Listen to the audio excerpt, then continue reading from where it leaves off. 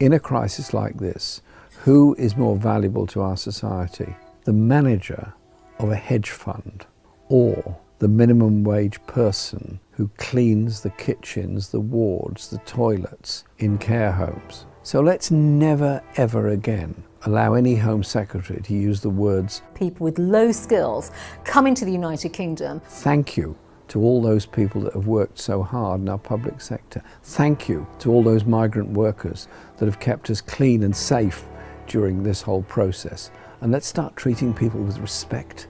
The virus was obviously going to spread at some point. The initial response is the important one. In Britain, the government decided that they would go with a herd immunity strategy. You could sort of take it on the chin, take it all in one go and allow the disease to move through the population. A very crude way of dealing with medicines in the 21st century. And when the World Health Organization was very clearly saying, test, test, test. When we met Boris Johnson, he was proudly telling me there were 5,000 tests a day going on, and at that point 40,000 people had been tested. This was the middle of March, and I pointed out there were 400,000 people working in the NHS. It was going to take quite a while before you even reached NHS staff, never mind the many other people who could be open to infection from coronavirus. The idea of reusing PPE is utterly absurd.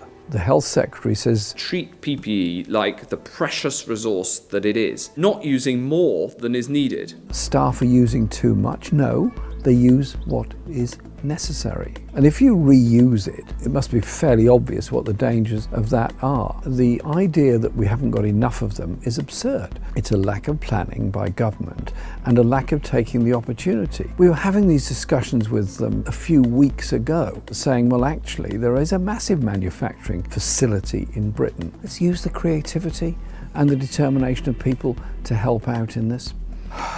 The badge, wow. You'd have thought, with all this going on, the genius of a minister that says the most important thing is to design a badge. I think they'd be much happier knowing